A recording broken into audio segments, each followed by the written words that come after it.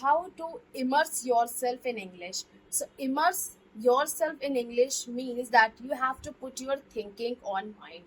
Because as we have seen in ancient times, people and in the epics, we have seen that legends always, whenever during the war, they always used to before that, they always put them in a total silence for about like half an hour or like 1 hour.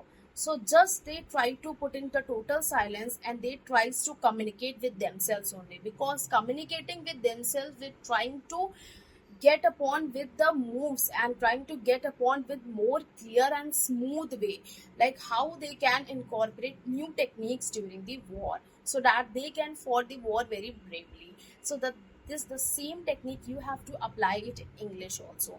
Like while you are going throughout the day, learn whatever you have learned, whatever you have gone through, like bad or negative or the positive or the good things, you just have to recall all those things and the memories or the events what you have been through.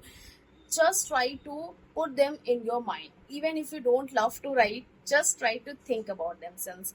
And please don't forget that you have to think that in English only. Okay, so just make yourself much more immerse yourself in English with this technique, and it's really going to help you a lot, because in the ancient times, people when they tried this technique, they fought the war very bravely and they also win over the victory. So if you want to know more, just follow this channel. Bye bye.